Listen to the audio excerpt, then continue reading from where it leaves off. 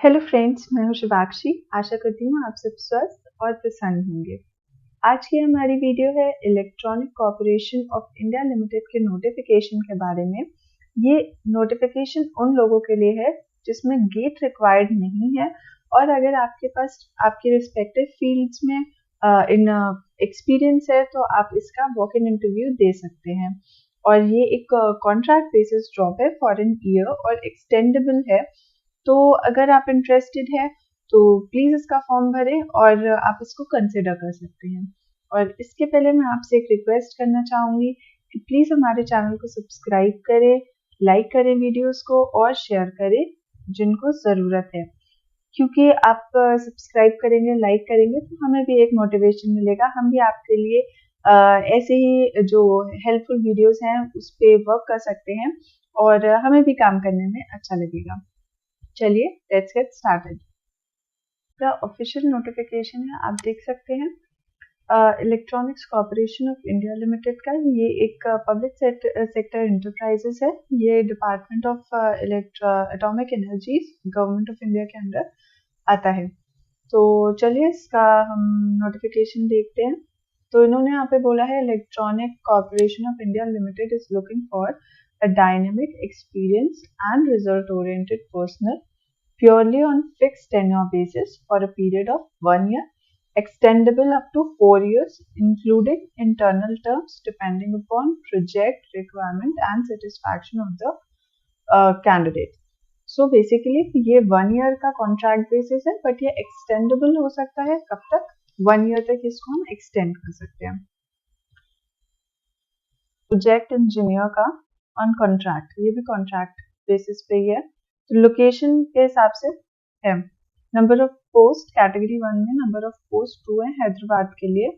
इसमें बीई या BTech discipline के ही होने चाहिए लोग। ईसीई, ईटीसी या इलेक्ट्रॉनिक्स के डिसिप्लिन में होने चाहिए। और एक्सपीरियंस इसमें जो रिक्वायर्ड है वो क्या है? Testing of analogue, digital electronics and integrated electronics, instrumentation systems, preferably किसमें होना चाहिए? न्यूक्लियर या फिर radiation instruments, testing and development. इनमें से कोई भी आपका क्वालिफिकेशन मतलब एक्सपीरियंस आपका होना चाहिए। 3 इयर्स पोस्ट क्वालिफिकेशन, इसका मतलब क्या हुआ कि आपने जब आपका डिग्री कंप्लीट हो गया उसके बाद इंटर्नशिप काउंट नहीं होगी।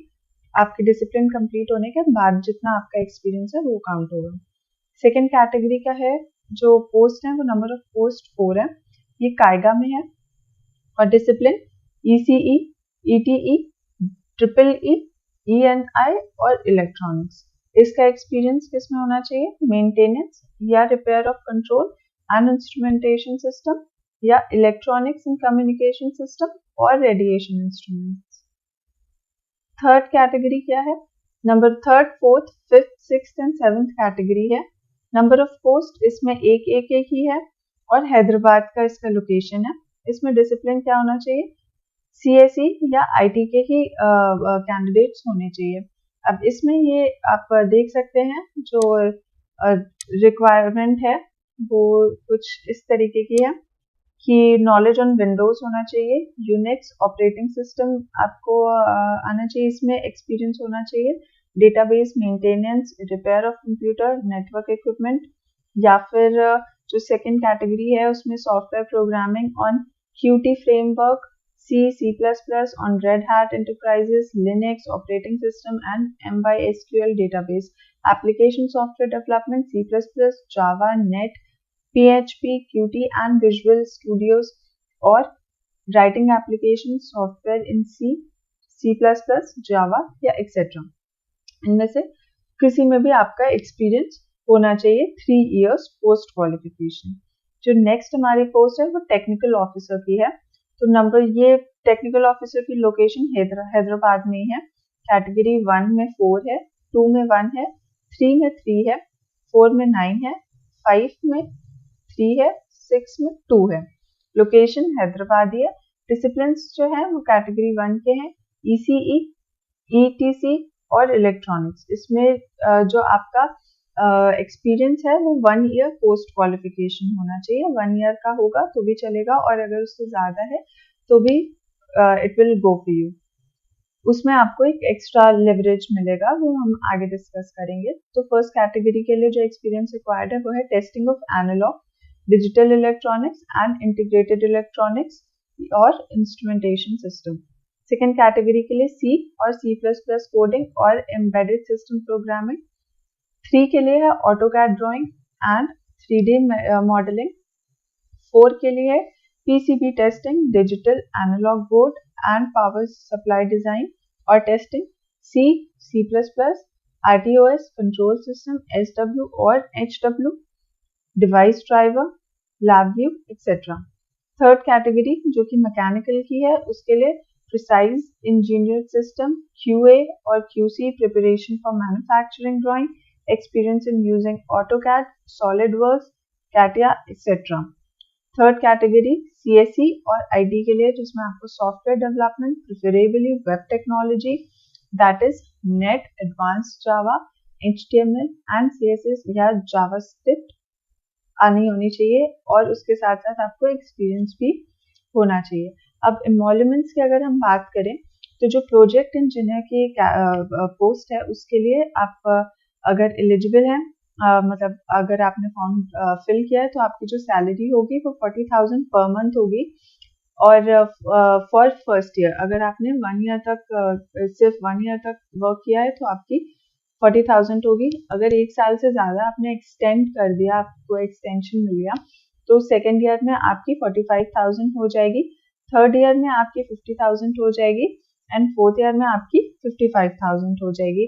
और लमसम आपको 12,000 अमाउंट एक्स्ट्रा मिलेगा, जो कि 3,600 आपके मेडिकल इंश्योरेंस के लिए होगा upon submission of proof and remaining balance for attire allowance, और बाकी का जितना होगा वो अटायर अलाउंस के लिए होगा at least 6 months term from date of joining.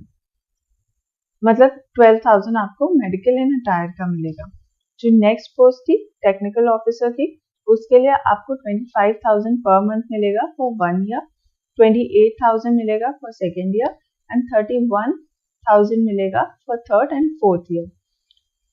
ये आपके इमोल्यूमेंट्स हो गए। अब रिजर्वेशन किस हिसाब से है? ओबीसी के लिए 3 इयर्स का रिजर्वेशन है, रिलैक्सेशन है। SCs एंड STs के लिए 5 इयर्स का है एंड PWBDs के लिए आपका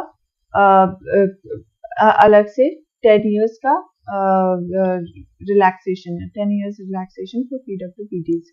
अब यह आप फॉर्म फिल कैसे करोगे? आप ऑफिशियल वेबसाइट पे जाके फिल कर सकते हो। स्टार्ट हो रहा है 6 दिसंबर से और एंड हो रहा है 8 दिसंबर को, तो काफ़ी कम दिन का, हमें ऑलमोस्ट 2 डेज का ही टाइम मिला है। तो इन केस अगर आप इंटरेस्टेड हैं तो इसको as soon as possible fill कर दीजिएगा। डॉक्यूमेंट्स वगैरह उसमें दिए गए हैं, बहुत मिनिमल डॉक्यूमेंटेशन है।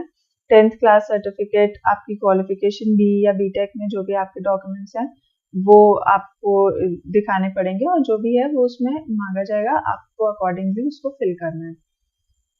नेक्स्ट चीज क्या है? सिलेक्शन मेथड क्या है इसका? तो सिलेक्शन में है क्वालिफिकेशन, आपका 20% जो होगा वो आपके क्वालिफिकेशन पे बेस करेगा। फिर 30 मार्क्स, अगर आप प्रोजेक्ट इंजीनियर के लिए हैं तो 30 मार्क्स आपके एक्सपीरियंस पे होंगे, जिसमें से 15 मार्क्स होंगे 3 इयर्स के, क्योंकि उसमें 3 इयर्स का एक्सपीरियंस रिक्वायर्ड है। तो अगर आपने 3 इयर्स का एक्सपीरियंस है तो आपका 15 मार्क्स उस पर होगा, और एक्स्ट्रा 5 मार्क्स होंगे जितना ज़्यादा आपका ईयर ऑफ एक्सपीरियंस होगा, तो वो आपके मैक्सिमम 30 मार्क्स तक होगा।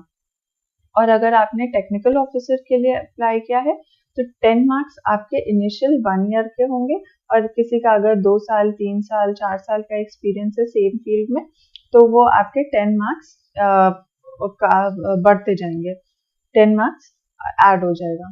सपोज आपका 2 साल का एक्सपीरियंस है तो 10 मार्क्स आपको 1 साल का एक्सपीरियंस के लिए मिलेगा, और बढ़े हुए 1 साल का आपको 10 मार्क्स एक्स्ट्रा मिलेगा, और मैक्सिमम 30 मार्क्स तक ही होगा। और पर्सनल इंटरव्यू के आपके 50 मार्क्स होंगे, तो टोटल आपका 100 मार्क्स का, ये हम कह सकते हैं जो आपका सिलेक्शन क्राइटेरिया होगा वो टोटल 100 मार्क्स पे होगा, जिसमें 20 मार्क्स क्वालिफिकेशन, रेलेवेंट एक्सपीरियंस के 30 मार्क्स और इंटरव्यू के 50 मार्क्स होंगे। और ये आपका जो एक्सपीरियंस है वो कॉलेज इंटर्नशिप एक्सपीरियंस नहीं ऐड ऑन होगा।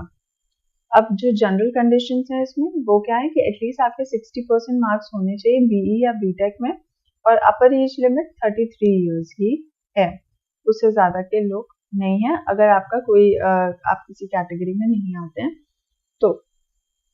बाकी आप एडवर्टाइजमेंट का लिंक मैं आपको डिस्क्रिप्शन में दे दूंगी, और आपको कोई भी किसी भी तरीके का इंक्वायरी है या कोई कंफ्यूजन है तो आप प्लीज़ कमेंट बॉक्स में मेंशन कर सकते हैं।